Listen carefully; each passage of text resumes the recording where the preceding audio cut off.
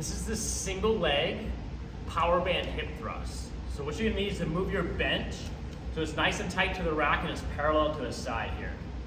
All right, from here you need a power band, and it's gonna go on the floor peg. So there's some pegs at the bottom of the rack or some bolts that you can hook that around. And the easiest way to get into this is you're gonna take one band at a time. You're gonna lift over the hips, and then you're gonna slide down and hook your shoulder blades on the bench.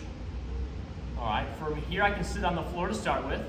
I like my heels down in a toe up position, so with toes up, I automatically get a little activation in the backside of my legs, in the posterior chain. So I like it because it's gonna recruit those muscles right away if I go toes up versus toes down. Two, it gives me a good anchor point to push on. So hip thrust is hips are gonna come up high, but in one leg, we're gonna keep one leg off the ground. So I'm gonna get set with that heel. Opposite leg is gonna come up.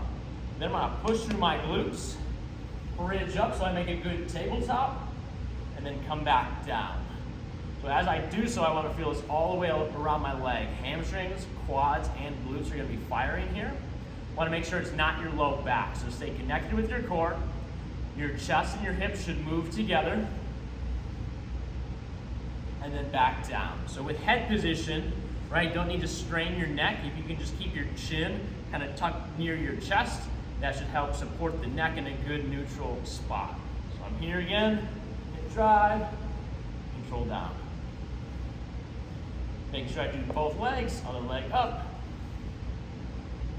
Right, I want a band that's a challenge, but a band where I can get to that good tabletop position. So as you get to the top, you should be straight across from your chest, hip, and knee, like so, not like so. Just make sure we're not recruiting the low back to get there, right? Stomach stays tight, connected from chest and hips. And that is my single leg power band hip thrust.